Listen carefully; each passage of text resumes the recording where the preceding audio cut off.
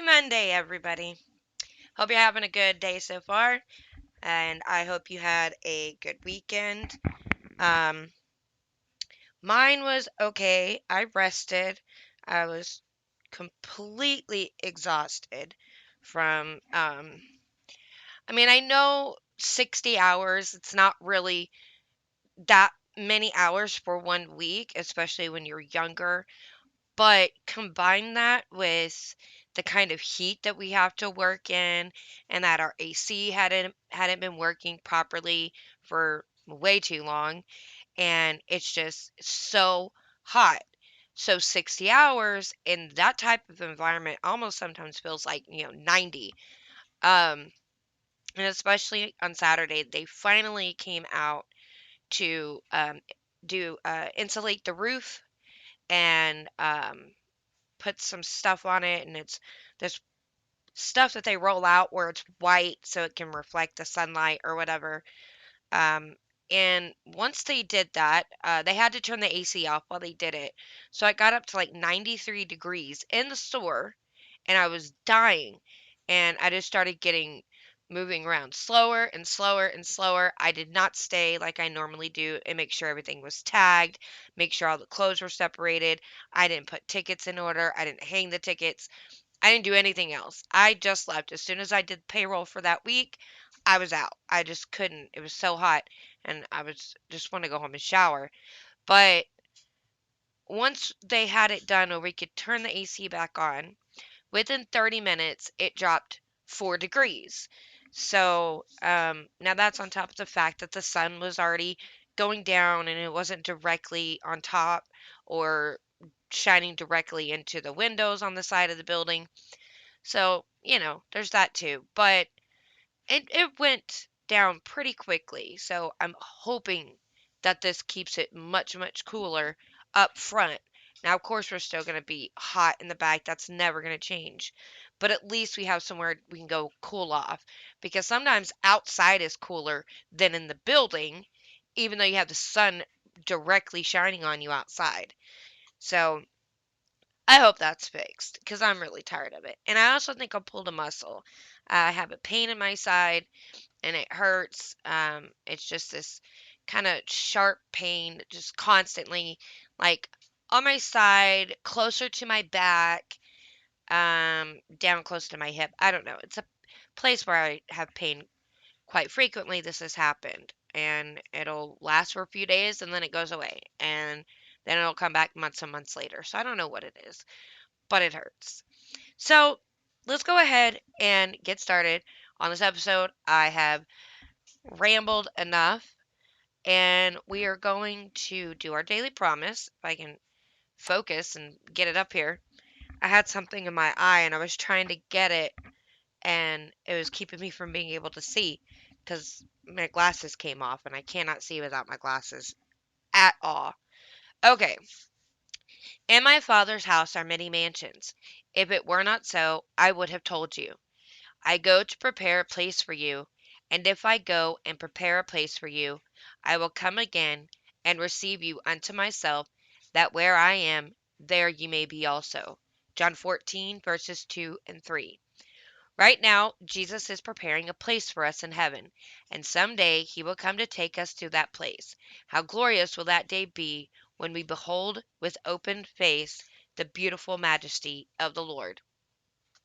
Let me tell you, sometimes I can't wait for that day because there's just so much going on here that it gets really tiring and you just want it to be over. You don't know how much more you can take. And with what has been taking place with Afghanistan and everything going on there, it's just that this is what the episode is about today. It's strictly about what's going on in Afghanistan. I have many things that I want to say about it, and I've just been biding my time to make this episode. I know that this is, old news. It's already happened. It's already collapsed. The Taliban is already in control. I get that. But sometimes I feel like it's best to just take a step back, just take it all in, see what all is going on, watch this stuff here, read that stuff over there, and then compile it. And then you can get a more clear picture of what you think is going on. Now, I think everybody knows that the initial reason to go to Afghanistan was because the Taliban was harboring Al Qaeda, who was the mastermind of 9/11. Excuse me, I had the hiccups. The mastermind of 9/11. Now, I don't think it was just Al Qaeda. My personal beliefs is that our own U.S. government was involved. I do not buy that a plane going into a building that high up could burn so hot that it inevitably makes the entire tower crash to the ground. Both of them. I don't buy that. I believe there were bombs that were detonated in those towers to bring them, because when it fell, it looked like one of those demolitions that you would see where they do a demolition on a building and it comes down and it concaves in rather than explodes. It just kind of it's an orderly explosion, and then it all goes in the same direction to keep people safe. There's just too many things with not enough answers to go with it, too many questions, and I just don't buy it. And I completely believe our government was involved. And I believe our government was involved in order to declare a war and go to war. Can't go to war unless there's a war. You need something to happen. Now, do I think that a terrorist attack can happen without our government involvement? Yes, I do think that. And that's one thing. But here's the weird thing. If you think about it, so you have all of these countries that are America's enemies, and you have the Taliban and Al Qaeda, and I don't know what all terrorist groups were around at that time. I was only a freshman in high school, so I don't know. But what I do find interesting is that we have been funding these countries that hate America. Okay, we've been funding their cause against us with our own taxpayer dollars. We've been buying oil from there for our gas when we could do it ourselves here. So all the money we spend to get oil, that is funding their cause of hate against our country, their terrorist groups. Okay? When we send all of our factory jobs to China so we can get cheaper labor and have things built and made more cheaply so we can turn around and sell it here and make a bigger profit, we are funding the enemy that hates us with our own money. Who in their right minds would pay somebody that hates you and would like to see your demise?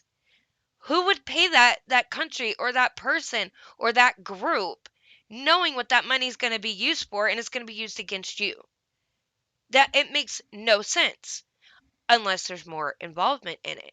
Unless you're, yeah, they hate us and we don't really like them, but we're mutually working together because we are all going to benefit.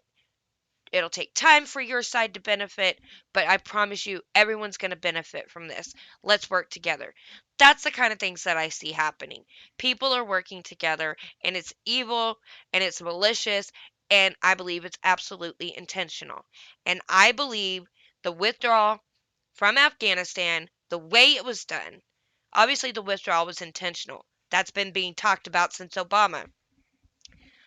But the way the withdrawal was done, I believe, was absolutely intentional. And some people believe it was intentional to make Joe Biden look bad so he could take all the blame. I don't even think it's that. I believe it was intentional for a much more malicious purpose. That's what I believe. And I don't think anybody could convince me that that's not the case. So, why don't we take a look Um, I gotta find it. Okay. Okay. This is from MediaRoots.org. Now, if you didn't know, um, the poppy fields in Afghanistan, lots of poppy fields where they can, that's where you get opium from. It's a big deal in Afghanistan. Okay. And I was not aware of that. Now, I know this article is from 2014, but it's just talking about how opium is keeping the U.S. in Afghanistan because of CIA's shady history of drug trafficking. Okay, so even though present day Afghanistan flies under the new news radar, it remains to be the longest military quagmire in U.S. history. Aside from troops still occupying the country, thousands of private contractors are on the ground that the Pentagon can't even account for. Considering how Obama's foreign policy strategy has been to replace ground troops with drone strikes, the administration's logic behind continuing the occupation remains unclear. War has always been about resources and control. Alongside the supposed surprise discovery of Afghanistan's $1 trillion wealth of untapped minerals, the Taliban had successfully eradicated the opium crop in the Golden Crescent before the U.S. invasion. Now, more than 90% of the world's heroin comes from the war torn country. Now, it is my understanding that the Taliban did not allow for this, and now that they are back in charge, they will be stopping this. I don't know why. Or they're going to take it over for themselves, but I don't know. So it says immediately following the October 2001 invasion, opium markets were restored. By early 2002, the opium price in dollars was almost 10 times higher than in 2000.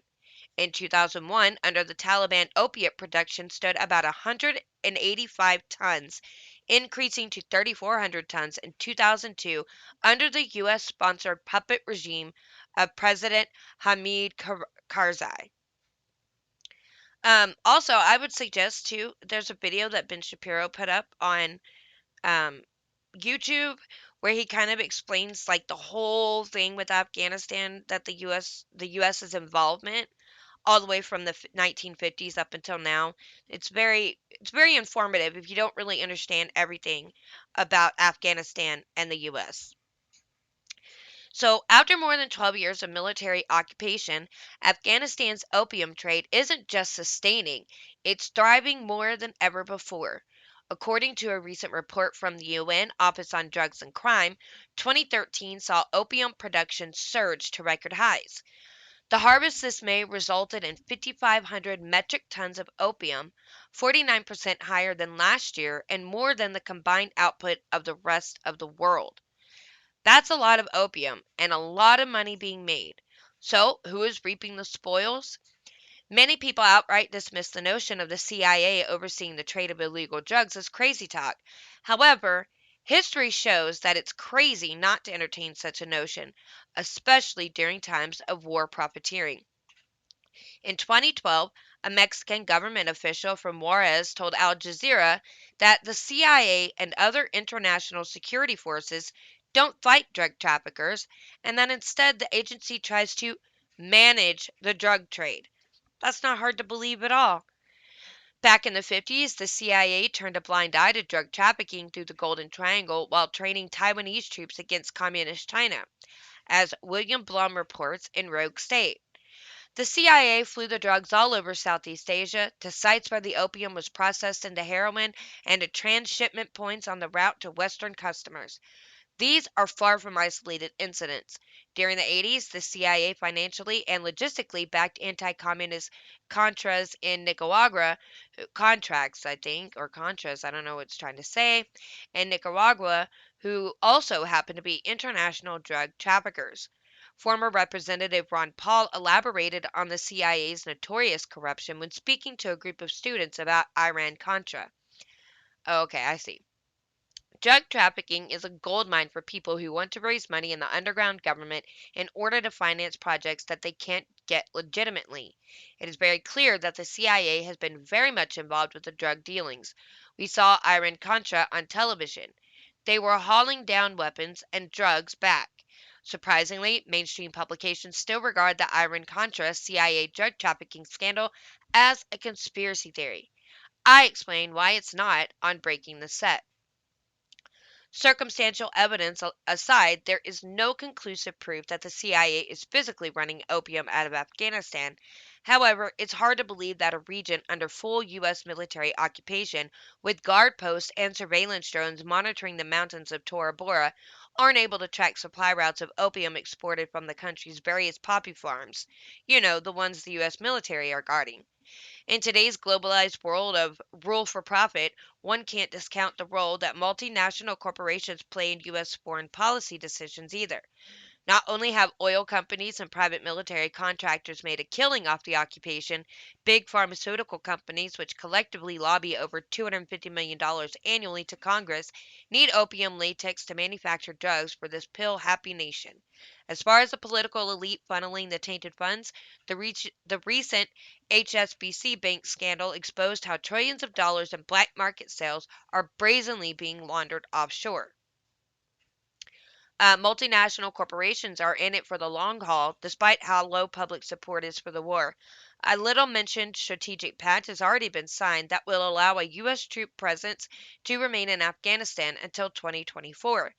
The U.S. goal of sustained warfare to oversee the world's opium trade has been alleged by many, including foreign military officials. In 2009, a former commander in the Russian invasion of Afghanistan, General Mahmud Garib, said to um, what is the RT publication? Rogue State. Okay. Um, Americans themselves admit that drugs are often transported out of Afghanistan on American planes. Drug trafficking in Afghanistan brings them about $50 billion a year, which fully covers the expenses tied to keeping their troops there. The U.S. military doesn't have any planned military action to eliminate the Taliban. Clearly not, because here they are back in control. The unwinnable nature of the war becomes more apparent when learning that the U.S. government was paying Taliban insurgents to protect supply routes and switch sides in an attempt to neutralize the insurgency. The logic of funding both sides of the war to win is too incomprehensible a concept to grasp. Clearly, this war is meant to be sustained. Baseless rhetoric aside, here's the hard, hypocritical truth. This government is fighting a multi-billion-dollar war on drugs worldwide, resulting in thousands of deaths every year and millions of nonviolent drug users rotting away in prison. Yet, the U.S. is at the very least protecting the largest source of the deadliest and most addictive drug on the planet. If not for the obvious, then why? Makes sense to me. I mean, this is how corrupt our government is that they will declare a war on drugs while simultaneously supplying the world with drugs. Uh, I don't get it. But this would not be the only reason that wars are sustained forever and ever. Amen. Um, you also have the military industrial complex, and you have other corporations that there's corporations inside the military industrial complex that make lots of money off of a never-ending war, and this would be why they would want us to continue being there. So $10,000 invested in defense stocks when Afghanistan war began, now worth almost $100,000. Was the Afghanistan war a failure? Not for the top 5 defense contractors and their shareholders. So let me just tell you, the top five defense contractors are Lockheed Martin, Northrop Grumman, Boeing, General Dynamics, and Raytheon, which you can see the percentage of what they earn, like what their profit was during the Afghanistan war on their stocks. So Lockheed Martin, 1,236%. Northrop Grumman, 1,196%. Boeing, 975%. General Dynamics 625%, and Raytheon 331%.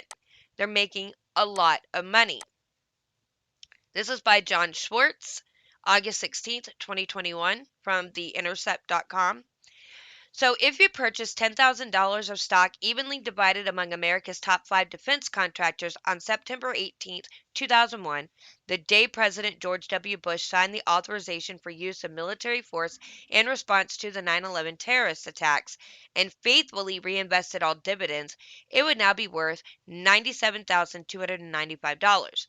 This is a far greater return than was available in the overall stock market over the same period. $10,000 invested in an S&P 500 index fund on September 18, 2001 would now be worth $61,613. That is, defense stocks outperformed the stock market overall by 58% during the Afghanistan War. Moreover, given that the top 5 biggest defense contractors, Boeing, Raytheon, Lockheed Martin, Northrop Grumman, and General Dynamics, are of course part of the S&P 500, the remaining firms had lower returns than the overall S&P returns. These numbers suggest that it is incorrect to conclude that the Taliban's immediate takeover of Afghanistan upon the U.S.'s departure means that the Afghanistan War was a failure. On the contrary, from the perspective of some of the most powerful people in the U.S., it may have been an extraordinary success. Notably, the board of directors of all 5 defense contractors include retired top-level military officers. Several commentators addressed this dynamic in the 2005 documentary Why We Fight, about a warning that President Dwight Eisenhower issued about the military industrial complex. I've talked about this in one of my earlier episodes when I was talking about the Great Reset and BlackRock and all of the stuff going on in the Biden administration and who all is involved. You should check it out. Former CIA contractor and academic Chalmers Johnson states, I guarantee you, when war becomes that profitable, you're going to see more of it. A retired Air Force lieutenant colonel says, American people who have a son or a daughter that's going to be deployed, they look at the cost benefit and they go, I don't think that's good. But when politicians who understand contracts, future contracts, when they look at war, they have a different cost benefit analysis. These are the specific results for the relevant contractors since September 2001. All except Boeing received the vast majority of their revenue from the U.S. government. S&P 500 total return 516.67%. Annualized return 9.56%. So $10,000 in 2001 stock purchase today is $61,613.06. So the basket of top 5 contractor stocks, the total return is 872.94%. So $10,000 in 2001 stock purchase, so that's $2,000 of each stock. Today is $97,294.80. Boeing. Total return 974.97%. Annualized return 12.67%. So $10,000 in 2001 would be worth $107,588.47. The board includes Edmund P. Giambastani Jr., the former Vice Chair of Joint Chiefs of Staff, Stacey D. Harris, former Inspector General Air Force, John M. Richardson, former Navy Chief of Naval Operations. Then you have Raytheon. Total return 331.49%. Annualized return 7.62%.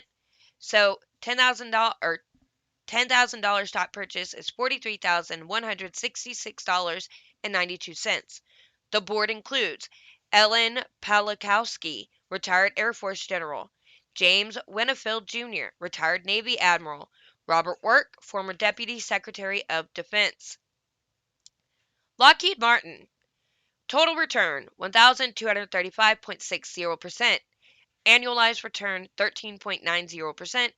$10,000 in 2001 is now worth $133,559.21. The board includes Bruce Carlson, retired Air Force General, and Joseph Dunford Jr., retired Marine Corps General. General Dynamics. Total return 625.37%. Annualized return 10.46%. So $10,000 in 2001 is now worth $72,515.58. The board includes Rudy De Leon, former Deputy Secretary of Defense, Cecil Haney, retired Navy Admiral, James Mattis, former Secretary of Defense and former Marine Corps General, and Peter Wall, retired British General. Northrop Grumman, total return 1,196.14%, annualized return 13.73%. $10,000 in 2001 is worth $129,644.84. The board includes Gary Roughhead, I don't know how you say it, retired Navy Admiral, Mark Welsh III, retired Air Force General. So all stock return calculations were made with the dividend channel's DRIP calculator for the period from September 18th, 2001 to August 15th, 2021. They reflect returns gross of any taxes and fees and are not adjusted for inflation. So this is also your people that are benefiting from this war in Afghanistan, and it makes a lot of sense that they would want to sustain it for as long as possible to continue making money. It's actually really disgusting. But you also have to look at the fact that now the Taliban has benefited from this war because we've spent billions on the Afghan army, but now the Taliban is the ones benefiting from it. Robert Burns reports, built and trained at a 2-decade cost of $83 billion, Afghan security forces collapsed so quickly and completely, in some cases without a shot fired, that the ultimate beneficiary of the American investment turned out to be the Taliban. They grabbed not only political power, but also U.S. supplied firepower, guns, ammunition, helicopters, and more. The Taliban captured an array of modern military equipment when they overran Afghan forces who failed to defend district centers. Bigger gains followed, including combat aircraft when the Taliban rolled up provincial capitals and military bases with stunning speed, topped by capturing the biggest prize, Kabul, over the weekend. A U.S. defense official on Monday confirmed the Taliban's sudden accumulation of U.S. supplied Afghan equipment is enormous. The official was not authorized to discuss the matter publicly and so spoke on condition of anonymity.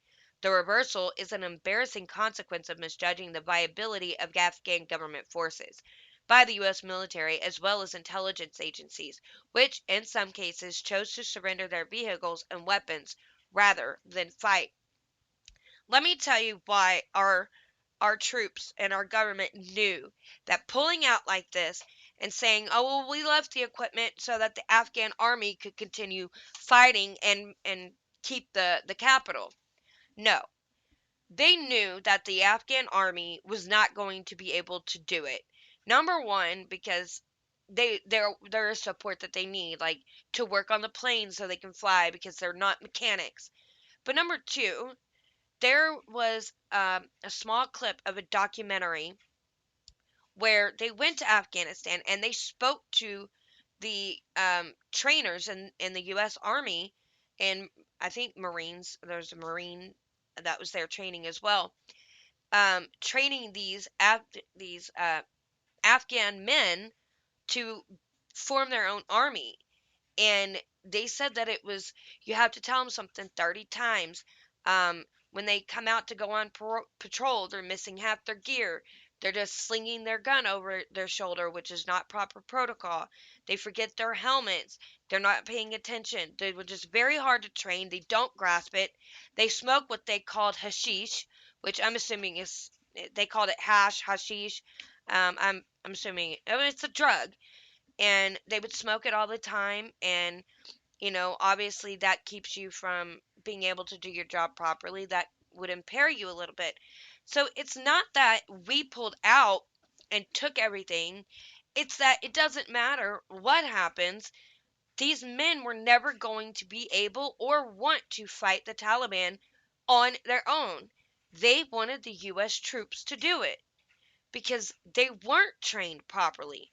And I don't know if it's because we didn't train them properly to begin with, or they're just so hard to train because they're just of such a different culture and education and background that they didn't quite understand and you just couldn't train them.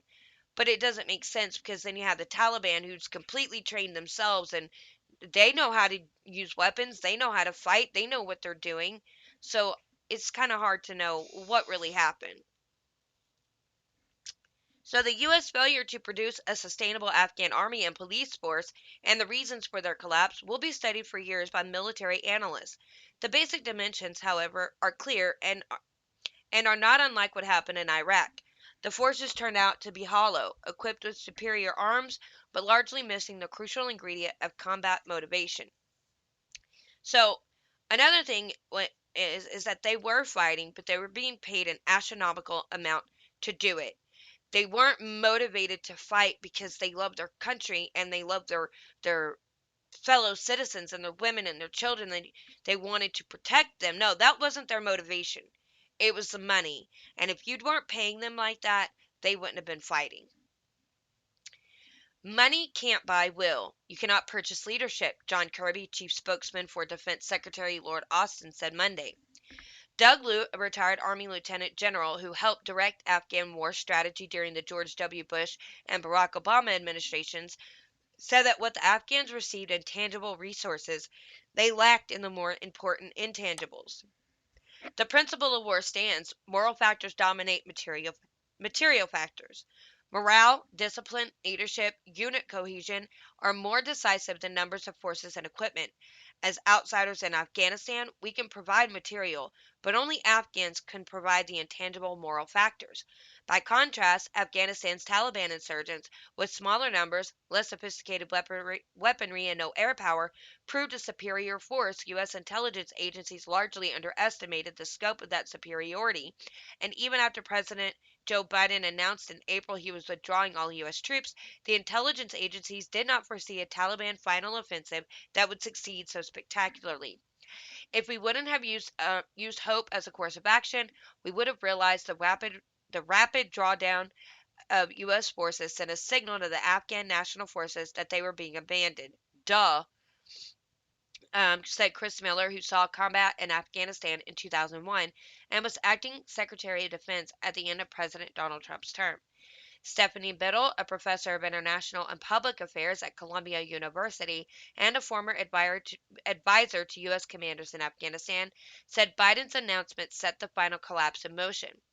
The problem of the U.S. withdrawal is that it sent a nationwide signal that the jig is up, a sudden nationwide signal that everyone read the same way. Before April, the Afghan government troops were slowly but steadily losing the war, he said. When they learned that their American partners were going home, an impulse to give up without a fight spread like wildfire. The failures, however, go back much further and run much deeper. The United States tried to develop a credible Afghan defense establishment on the fly, even as it was fighting the Taliban, attempting to widen the political foundations of the government in Kabul and seeking to establish democracy in a country rife with corruption and cronyism. Year after year, U.S. military leaders downplayed the problems and insisted success was coming. Others saw the handwriting on the wall. In 2015, a professor at the Army War College's Strategic Studies Institute wrote about the military's failure to learn lessons from past wars. He subtitled his book, Why the Afghan National Security Forces Will Not Hold. Regarding the future of Afghanistan, in blunt terms, the United States has been down this road at the strategic level twice before, in Vietnam and Iraq, and there is no viable rationale for why the results will be any different in Afghanistan. He added succinctly, um, slow decay is inevitable, and state failure is a matter of time. Some elements of the Afghan army did fight hard, including commandos whose heroic efforts are yet to be fully documented. But as a whole, the security forces created by the U.S. and its NATO allies amounted to a house of cards whose collapse was driven by as much by failures of U.S. civilian leaders as their military partners, according to Anthony Kordsman, a longtime Afghanistan war analyst at the Center for Strategic and International Studies. The Afghan force building exercise was so completely dependent on American largesse that the Pentagon even paid the Afghan troops salaries. Too often, that money and untold amounts of fuel were siphoned off by corrupt officers and government overseers who cooked the books, creating ghost soldiers to keep the misspent dollars coming. Of the approximately $145 billion on the U.S. government spent trying to rebuild Afghanistan, about $83 billion went to developing and sustaining its army and police forces, according to the Office of the Special Inspector General for Afghanistan Reconstruction, a congressionally created watchdog that has tracked the war since 2008. The $145 billion is in addition to the $837 billion the United States spent fighting the war, which began with an invasion in October 2001. The $83 billion invested in Afghan forces over 20 years is nearly double last year's budget for the entire U.S. Marine Corps and is slightly more than what Washington budgeted last year for food stamp assistance for about 40 million Americans. In his book, The Afghanistan Papers, journalist Craig Whitlock wrote that U.S. trainers tried to force Western ways on Afghan recruits and gave scant thought to whether U.S. taxpayer dollars were investing in a truly viable army.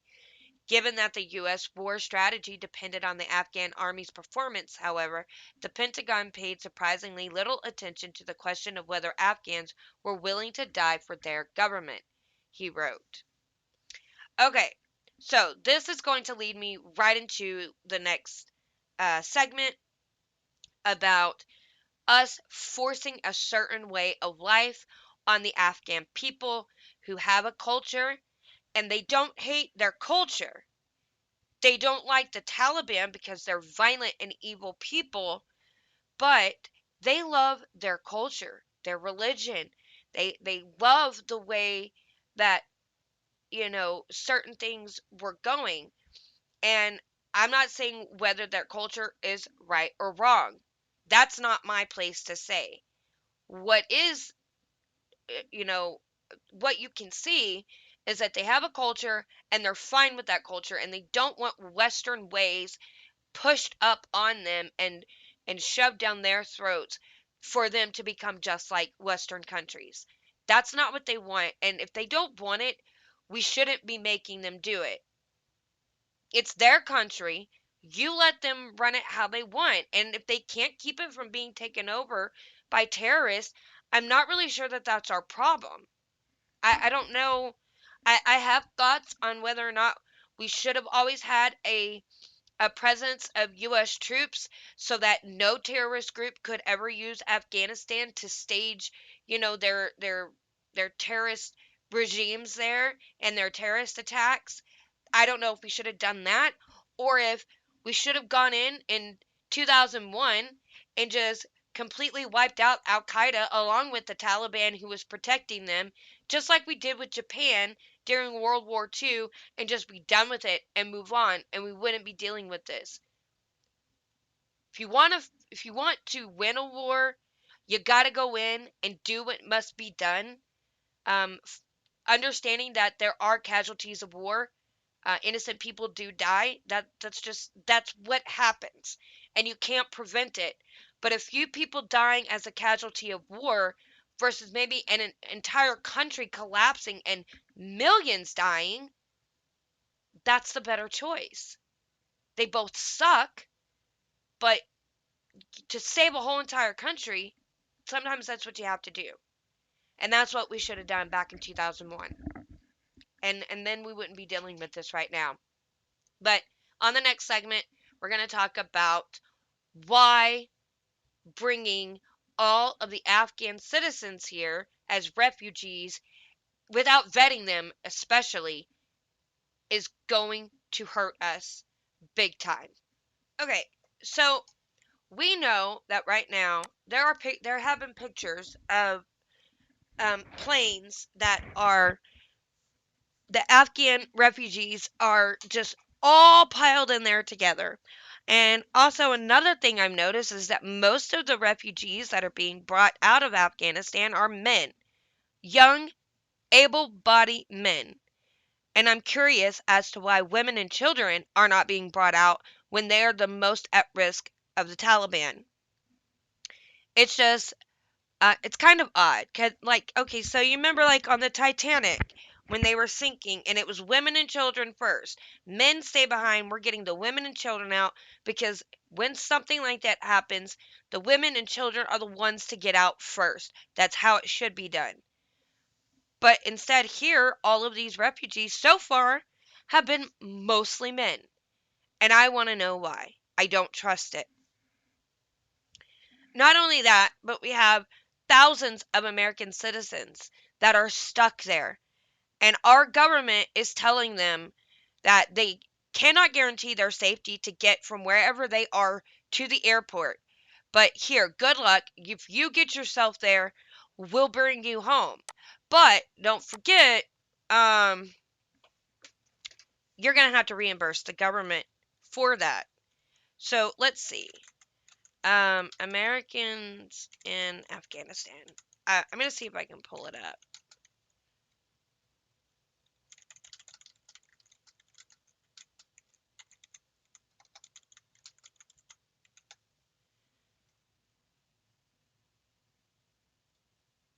Okay. Well, no, this is from Rumble. I don't want that. So right here.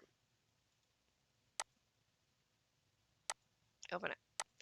So right here it says, now, this, if you'll look here, this is one of the 7 flights. Now, I know you do see some women and children, but there are 6 other flights that were full just like this. And it had about 700 to 800 people. And out of the 700 to 800 people between those 7 flights, only 165 of them were American citizens. Why were not all 700 to 800 American citizens? Because when something like this happens, you get the citizens out first. The Americans come out first. The fact that the British and French military soldiers are going around the country and getting their citizens and safely transporting them to the airport to get them home, but our troops are standing down behind a wall at the airport refusing to help citizens get there safely, that just boggles my mind. However, like I said, if they can get there, the State Department says that they have to reimburse the government for $2,000 per adult. And when you do it, it's a paper that you sign. You're signing a promissory note that once I get home, I'll pay you the 2,000. Glenn Beck even has a GoFundMe to pay for these people.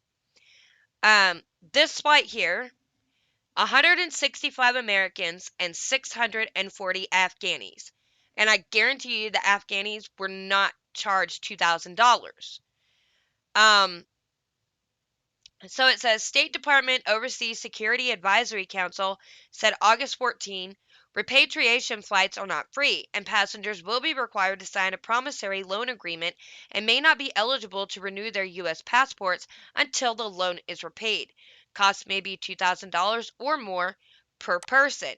And this is the proof. They pulled this up so you could see it. So if you're a blind viewer, go to my video to watch it. Security alert: Afghanistan repatriation assistance for U.S. citizens.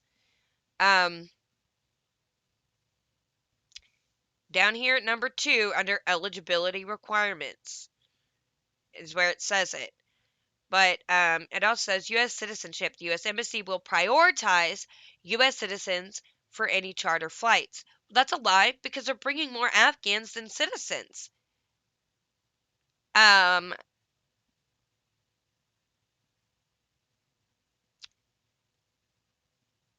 I'm just kind of scanning over the rest of this. To register for any option that might be identified to return to the United States, you must complete this repatriation assistance request for each traveler in your group. That's crazy. Do not call the U.S. Embassy in Kabul for details or updates about the flight. This form is only a way to communicate interest in flight options.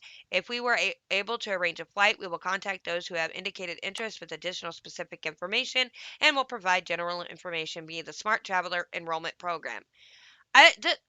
This is just so strange to me that they're having to fill out a form to be brought home. My question is did the citizens that were brought home from China when the virus started up, is this how it worked for them? Did they have to be paid? Did they have to pay to be repatriated? I'm very curious as to why they're doing this now. Um, and they're not even guaranteed flights. Evacuation flights not guaranteed to, oh, not guaranteed to be free. Okay, I thought it was something else. So just the fact everybody is tweeting about it, it's weird.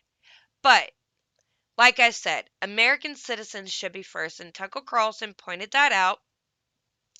He said, "What a betrayal the war in Afghanistan turned out to be. Above all, it was a betrayal of the American public, the people who for 20 years paid for the occupation. It was a betrayal of the ones who died there, of course, and the tens of thousands of Americans who will carry the scars from this disaster for the rest of their lives. They were lied to. We were all lied to, and we have a right to feel bitter about that. But the war in Afghanistan was also, if we're going to be completely honest about it, a betrayal of the Afghan people. Our leaders made promises to them they knew they couldn't keep. Honorable countries don't do that. It's shameful. Imagine being an Afghan employee at Bagram Air Base. You woke up the other morning to find your American patrons gone.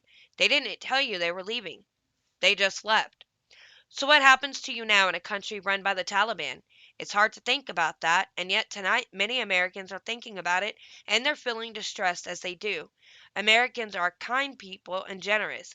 They're quicker and more eager to help strangers than anyone else in the world. We haven't seen polling on it, but we bet if you asked 100 people, should we try to help Afghans who are facing persecution for helping us, most Americans would say yes, of course we should.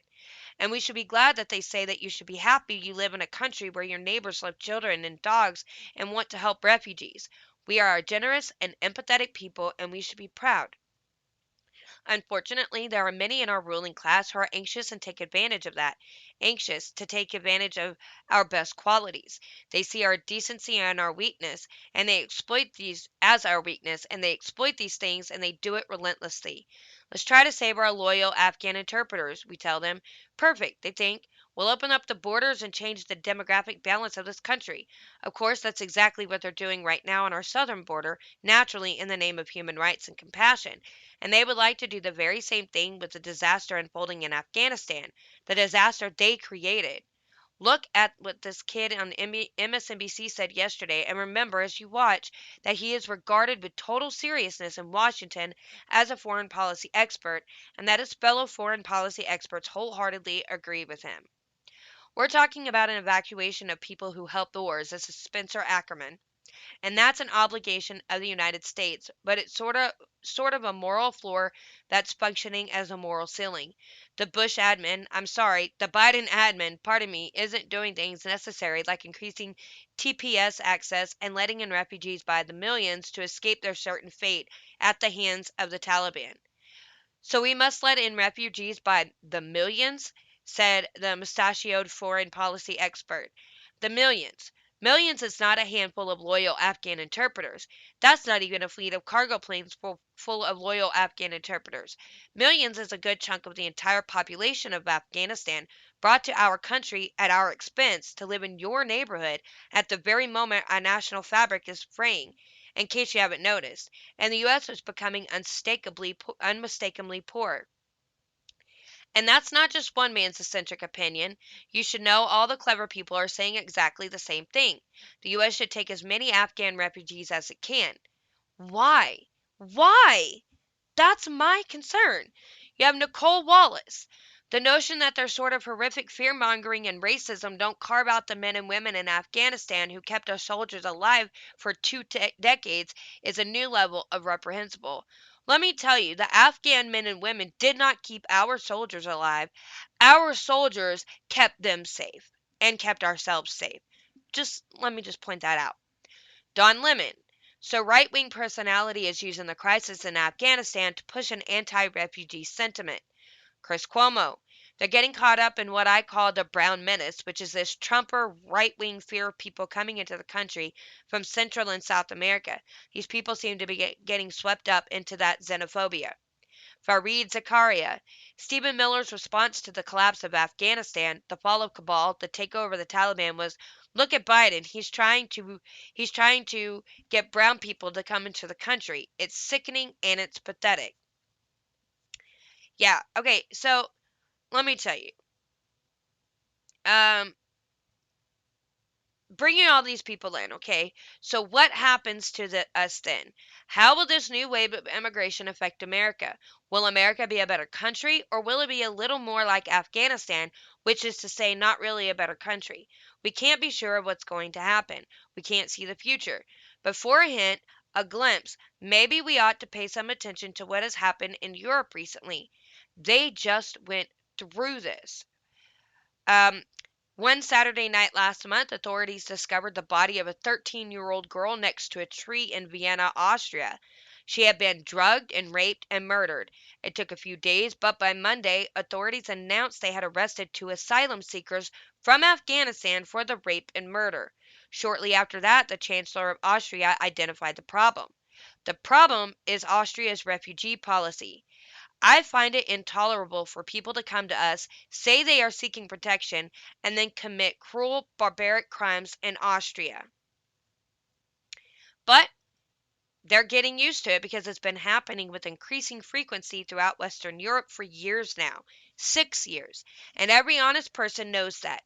Maybe the dummies on cable news don't know it, but people who live there do. Cheryl Bernard knows it. Cheryl Bernard has been an advocate for refugees for decades. She's not against immigration, she's for it. But over time, she's concluded that the West simply is not capable, not doing a good job of successfully assimilating many Afghan refugees. Some, but many not at all. So there was also another instance. Okay, so Bernard wrote about notorious barbaric attacks to left-wing politicians in Europe frequently cover up for fear of being called racist. So, a gang of 50 Afghans who terrorized women in the neighborhood of the Linz train station were brushed off by a government official with the remark that this was an unfortunate consequence of bad weather. And then an Afghan migrant was arrested in Germany for raping an 11-year-old girl. Authorities released him from jail in just a few days. They said he was not dangerous, and anyone who disagreed with that was a racist, of course. The migrant then proceeded to rape another girl. This time she was 13 years old. Statistics show that these are not just anecdotes, it happens a lot. Ask anyone who lives there who's honest. Germany's government just conducted a study showing that rates of violent crime in Germany, those rates have been declining for years, by the way, shot up abruptly in 2015. And that was the moment when refugees from Afghanistan and Syria arrived in Germany. More than 90% of the new crimes in Germany, the German government has found, were committed by asylum seekers.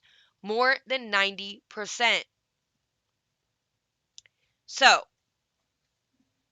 let's take that, okay, and let's talk about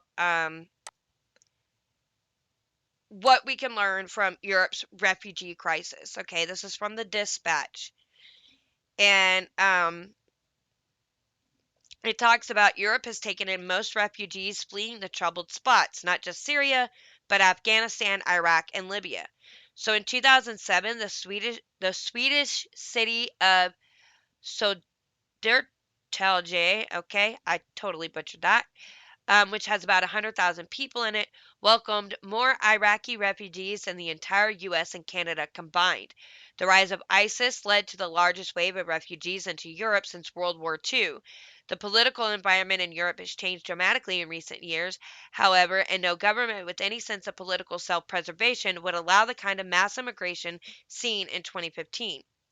Politics aside, the economic situation simply would not allow a repeat of 2015, as European countries are still struggling to assimilate those who have come here during the last 2 decades, and the ongoing cost of caring for them has put a serious strain on our social safety nets. America will have to clean up its own mess this time. So the United States needs to set up safe zones, they said. These safe zones should have been inside Afghanistan, but it's too late for that now. Hence, they need to be located in nearby regions.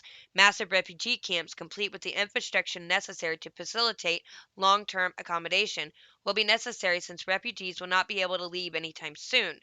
water treatment plants, makeshift hospitals, schools, law enforcement to keep the peace within the camps, and of course, military. And the safe zones will need protection too, from either the Taliban or from local gangs and militias, depending on where they are located. These safe zones will have to be somewhat close to and accessible from Afghanistan, as refugees need to be able to reach them by land. Um, yeah, I mean, that makes sense. You're going to need interpreters, or they're going to need to have jobs to keep them, doing something. But it says, that being said, the U.S. does also have a moral obligation to accept refugees, which means increasing the refugee cap. In 1980, after the Iranian Revolution, the U.S. refugee cap was 231,700. In 2016, Obama's last year in office, it was 85,000. Donald Trump dropped it drastically to 18,000 in 2020. The refugee cap was raised earlier this year to 62,500 and will almost certainly be raised further as the admin struggles to save face after the Saigon-like withdrawal. With that in mind, here are some lessons you can take from Europe. Not everyone who flees the Taliban will hold Western values. That's the problem. Right there. I I'm not going to go any further because this is taking me exactly where I was going to go with this. They like their culture. That is their culture. And maybe it's not even necessarily that they won't assimilate, but that they can't assimilate because of their culture and their religion. So it says, some will be escaping Afghanistan because they adhere to the principles of Western liberal democracy. Others will leave because their homes have been destroyed. Others because they anticipate that their country is about to become a lot poorer with the Taliban in charge and opportunities are looking better elsewhere. While the Taliban does not have and likely never had majority support, 99% of Afghans agreed in a 2011 Pew Research survey that Sharia should be the official law of their country, which 78% agreeing that religious judges should have the right to decide family and property disputes. It's not looking much better on the topic of women's rights. Only 30% of Afghans said in a 2013 poll that women should get to decide whether to wear a veil, and 94% said a woman must always obey her husband. There we go. So now we're bringing loads and loads of refugees from Afghanistan who have this belief and this religious ideology and how they want to live their life, and you bring them here to America where we don't have any of that, and we would never allow that kind of stuff to be a part of our government, hopefully, and then they refuse to assimilate. Do you know that in Ilhan Omar's district in Minnesota, there is, I believe, I don't know if it's a city, if it's a little town, I don't know. But there is some Sharia law going on in Minnesota. What kind of crap is that? And what they'll want to do is because there'll be so many of them here, is that they will want to start instituting their religious ideologies and their ideologies of what the law should be and institute Sharia law and even make American women second class citizens like their women. Is that really what you want? Do you really want to fight this kind of issue inside of your country when you're already fighting all these other issues? I feel bad for the people there. It's sad. But you can't bring them all here. We have a border crisis at the southern border. And those people that come over the border illegally, they don't assimilate either. Nobody is assimilating to what people seem to think that Americans, that we don't have a culture, we're just a melting pot of different cultures. No, we have a culture. We have a culture of small government, constitutional rights, the Declaration of Independence, the freedom of speech, freedom of religion. This is the American culture. And tolerance to other people wanting to have different beliefs and things, but we all assimilate under the same political ideology of a free society. And these people coming into our borders now on either side do not believe that way. And it's going to tear this country apart. You want to know how America is going to be destroyed? It's going to be because of what's happening right now and bringing all these Afghanis here to America. That is where it's going to be. This is turning into something more on the religious side. Because let me tell you, Afghanistan, Iraq, Pakistan, Iran, all these countries, they're all Muslim countries. And then you have Israel surrounded by all of them. And they do not like Israel. They hate Israel. They hate the Jews. They just don't like them. And they would love nothing more than to get rid of the Jews altogether. And I can't think of the man's name, but it was a Muslim leader who said that the world can never be what it was meant to be until every last Jew was eradicated from the earth. This is how they feel about the Jewish people. And it's the moment that America turns its back, because if we're so full of all of these people from all these countries that hate Israel and they're getting into our government and they're making our policies, one of these days America is going to completely turn a blind eye to Israel and never help Israel again and become its enemy. And then that's when we're going to be destroyed. Most people don't understand it because some people don't look at this in a religious perspective. But the reason why America has been so fully blessed with being prosperous and lasting in this type of democracy, the democratic republic, however you want to look at it. I mean, it is a constitutional republic, and we have some democratic things that we do inside of it. But 250 years, this government has lasted.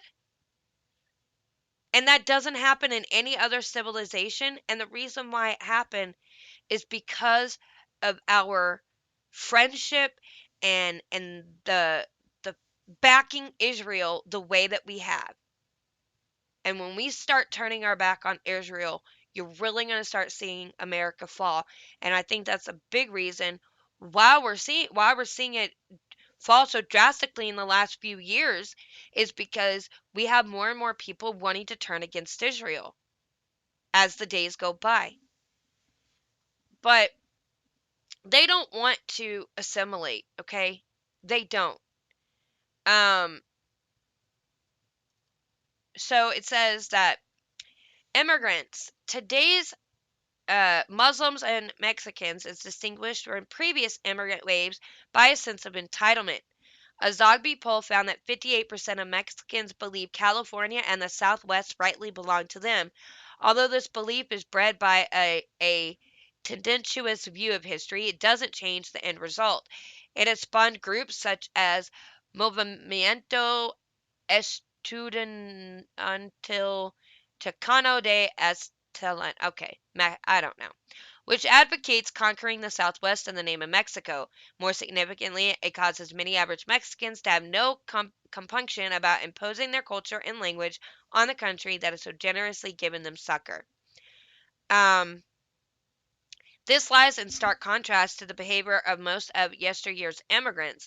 Like anyone else, they certainly felt comfortable in the bosom of their own subculture, yet they knew they were in another's land and never viewed accommodation by their host nation as a birthright, and any ethnic patriotism harbored was often trumped by the dream of becoming American.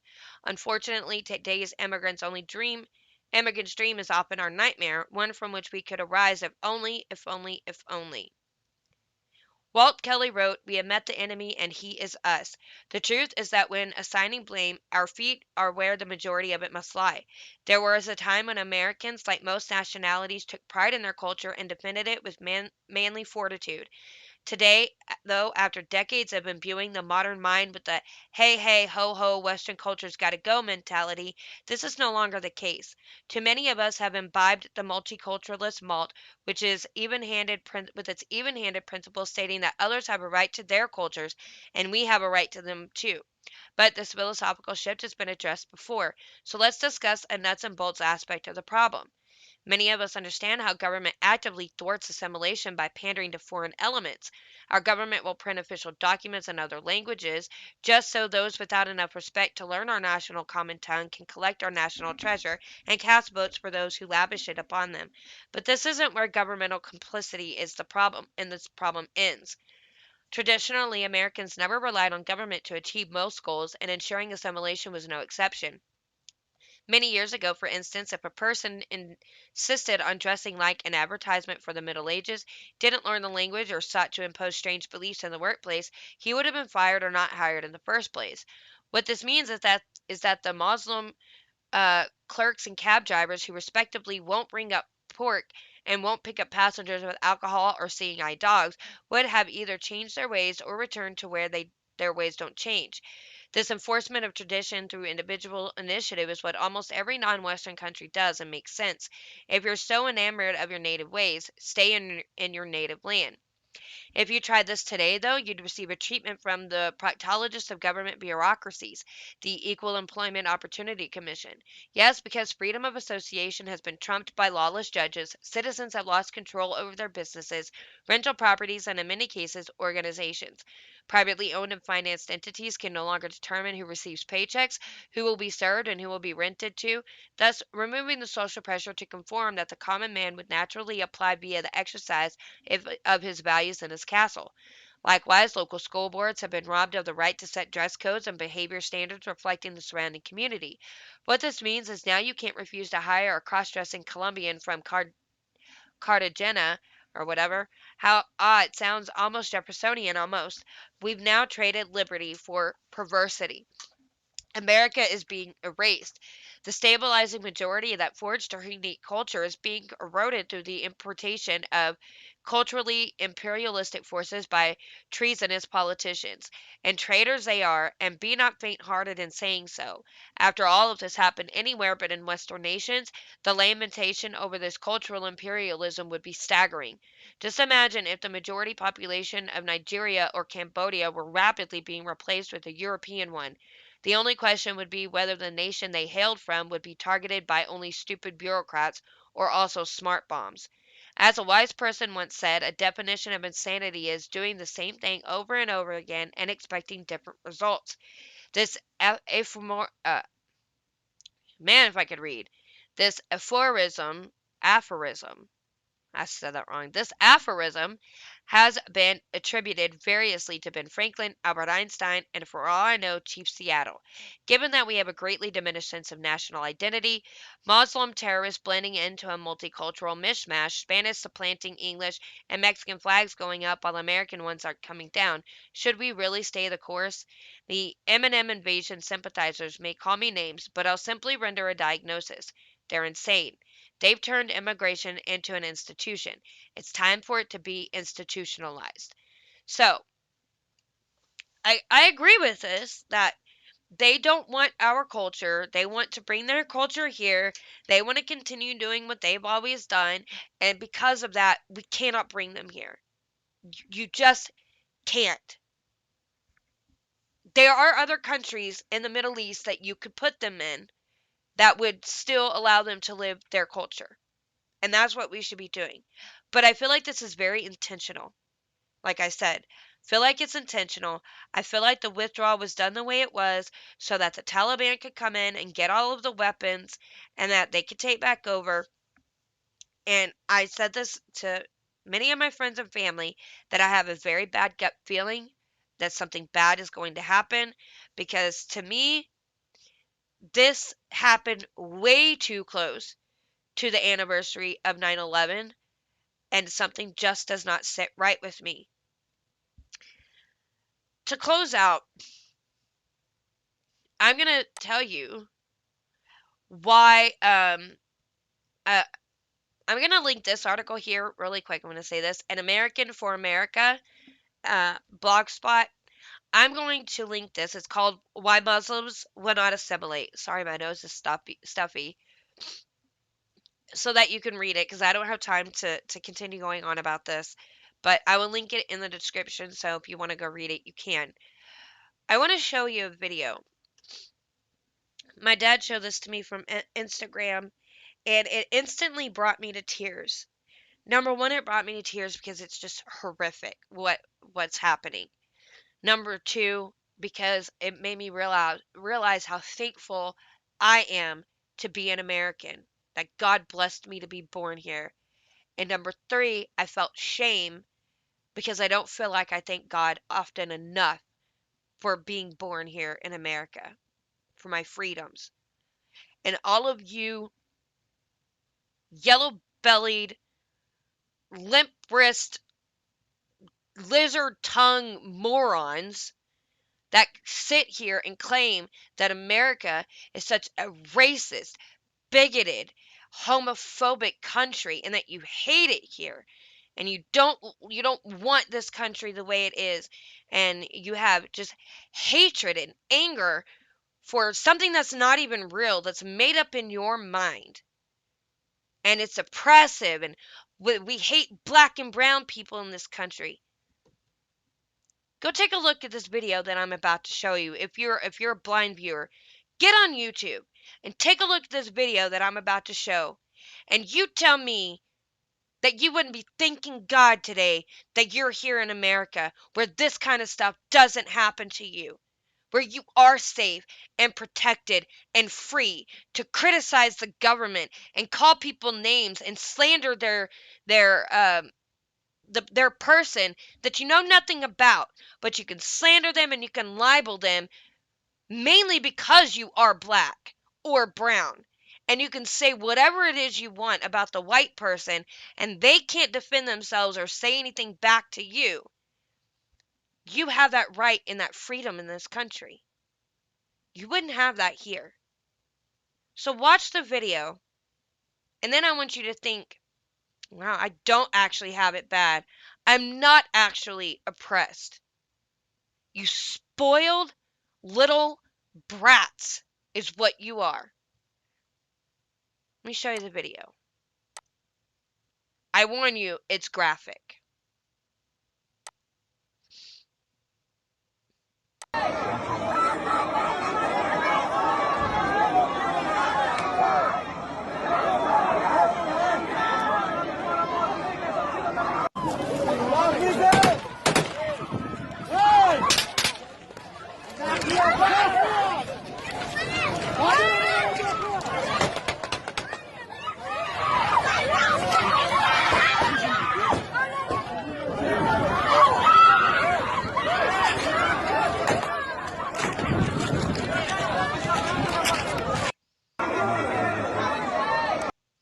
If that doesn't just break your heart,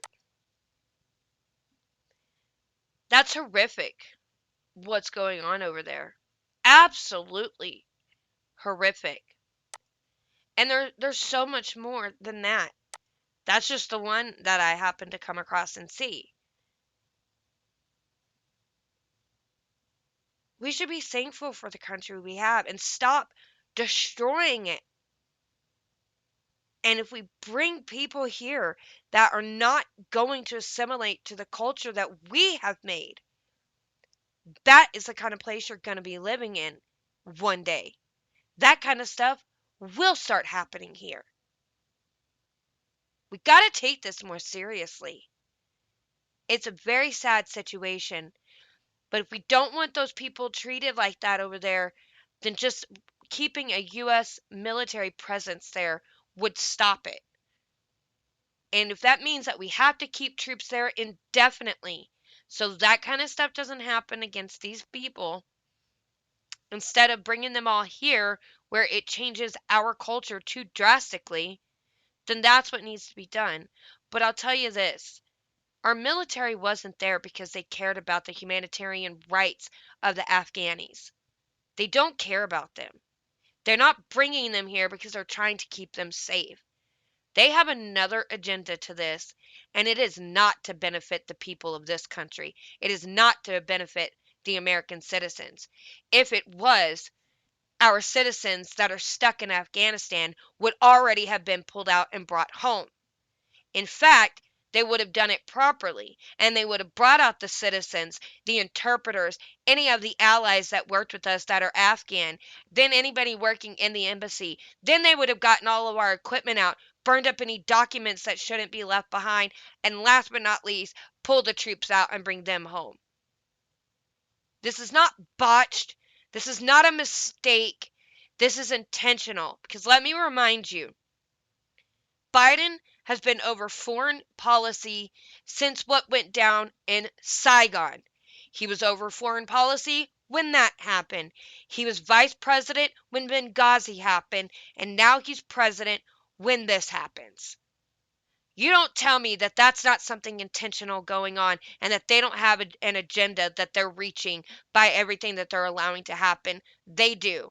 I may not know exactly what that agenda is, but it is something more nefarious than just, we didn't think that this could happen. Yeah, I guess we should have done this differently. No, it was, we knew it was going to happen. We did it on purpose. We don't care about the citizens that are left over there because they're not politically expedient for us to get out and get safe and bring home. There is something dark happening, and I have a bad gut feeling.